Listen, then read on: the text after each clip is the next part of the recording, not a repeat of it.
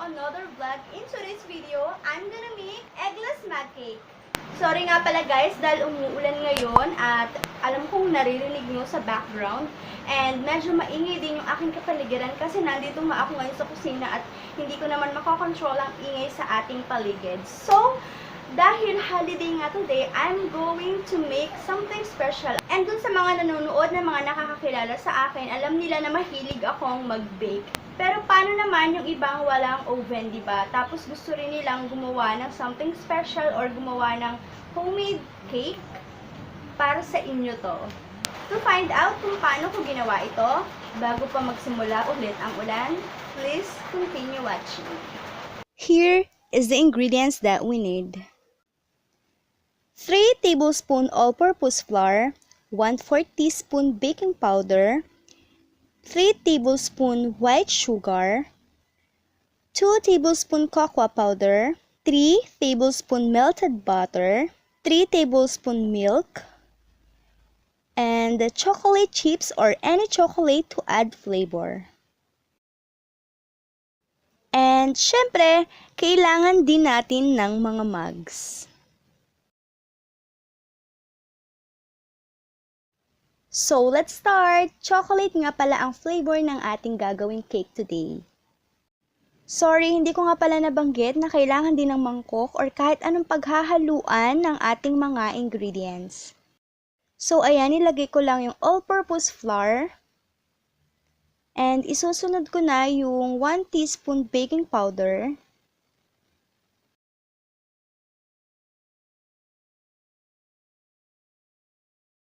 Next, yung sugar.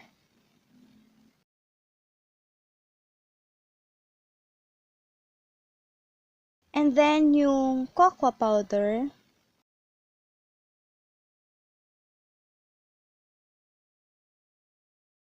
Melted butter. And yung milk.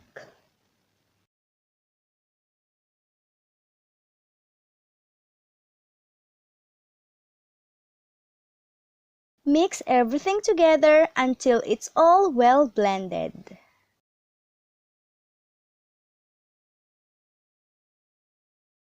And after nating ma-mix, pwede na nating ilagay sa mga mugs. And guys nga pala, 2 mugs yung nagawa ko dun sa isang mixture ko na yan.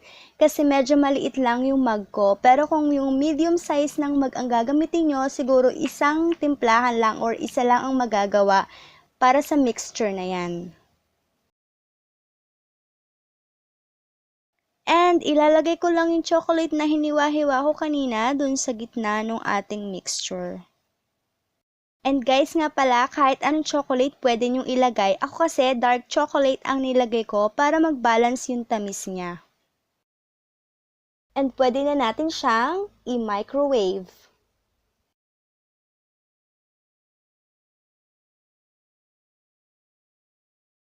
I-microwave ko lang siya ng 2 minutes on high.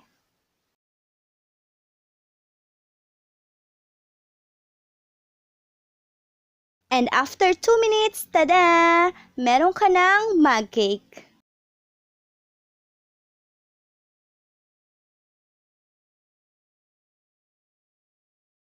To add more flavors, nilagyan ko lang or binuduburan ko lang ng chocolate topping sa ibabaw.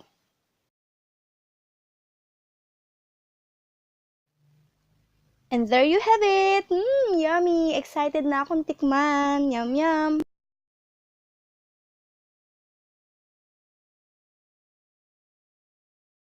And that's it! Thank you so much for watching guys! Kung hindi ka pa nakasubscribe sa aking channel, please do subscribe. Kung nagustuhan mo naman ang aking video at ang aking recipe, please give it a thumbs up, share, and comment down below kung may mga suggested na recipe or videos pa kayo. And also, click mo yung bell button dyan sa may katabi ng subscribe para always manonotify ka tuwing mag-upload ako ng mga new videos.